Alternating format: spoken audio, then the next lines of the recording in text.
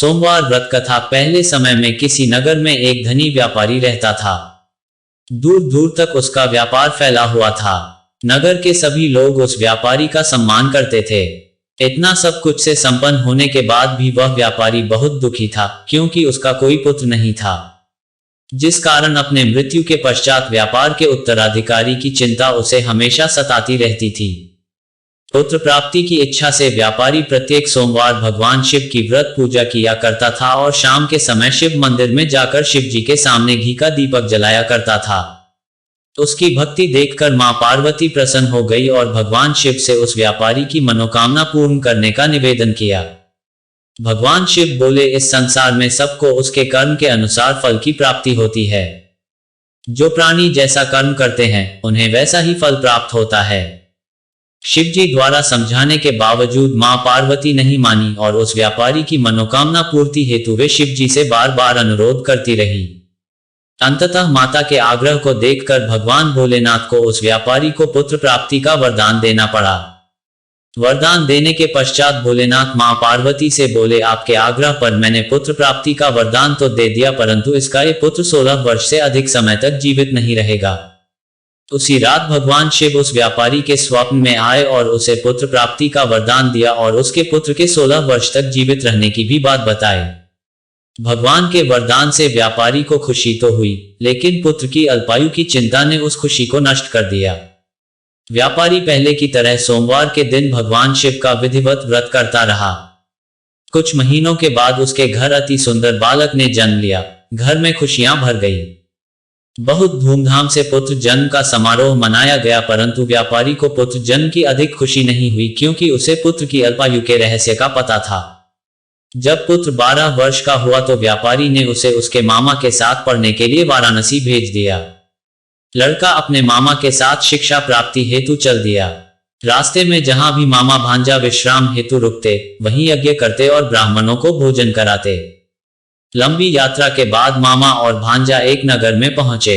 उस दिन नगर के राजा की कन्या का विवाह था, जिस कारण पूरे नगर को सजाया गया था।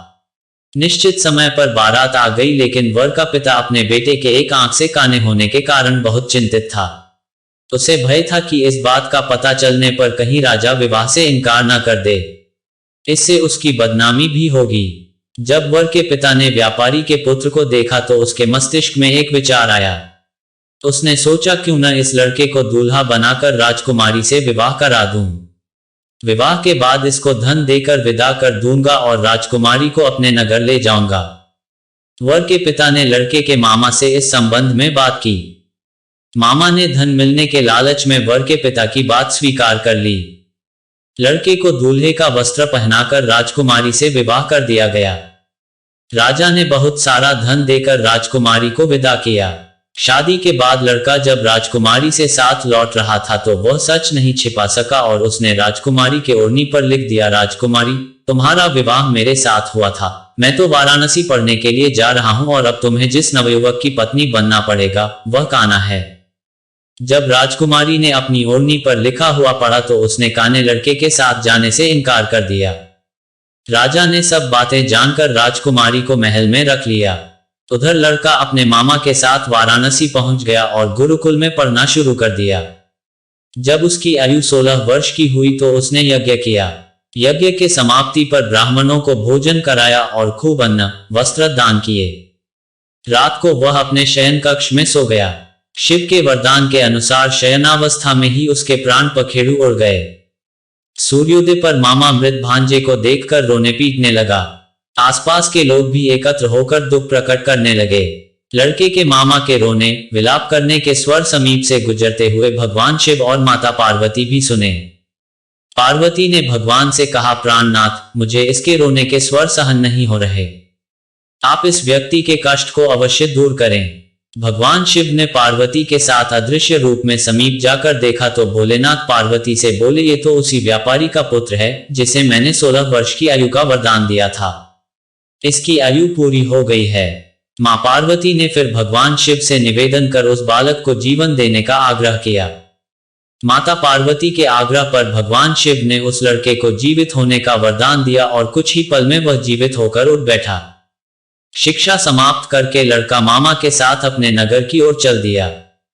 दोनों चलते हुए उसी नगर में पहुंचे जहां उसका विवाह हुआ था। तो उस नगर में भी यज्ञ का आयोजन किया। समीप से गुजरते हुए नगर के राजा ने यज्ञ का आयोजन देखा और उसने तुरंत ही लड़के और उसके मामा को पहचान लिया। यज्ञ के समाप्त होने पर राजा मामा और लड़के को महल में ले गया और कुछ दिन उन्हें महल में रखकर बहुत सा धन, वस्त्र आदि देकर राजकुमारी के साथ विदा कर दिया। इधर भूखे प्यासे रहकर व्यापारी और उसकी पत्नी बेटे की प्रतीक्षा कर रहे थे।